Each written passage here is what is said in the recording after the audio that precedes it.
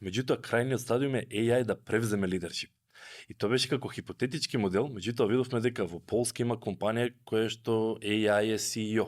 Значи, мултибилион долар компанија, CEO-то е AI. Каде што имавме во Кина уште 3 други компании, во Америка имаме во Executive Board од AI, така да нема да си оде баш AI-от. И сега, тука мислам, јас бар опортунитетски го гледам, каде што сметам дека има можности за компаниите. Постоечките компании можат да со помош на AI автоматизација да си ги подобрат своите процеси, да си ги намалат своите трошоци, да најдат пристап до нови пазари кои што претходно не можеле да ги освоат, меѓутоа со благодарност на AI автоматизација може да ги пристапат. За предприемачите се создаваат сосема нови бизнис модели, кои што претходно не постоеле пред AI автоматизација, кај што сега имаме сосема нови предприемачи кои што Web3 технологии, криптокаренси, блокчейн технологии, се појавија многу нови бизниси кои што работат базирани на AI.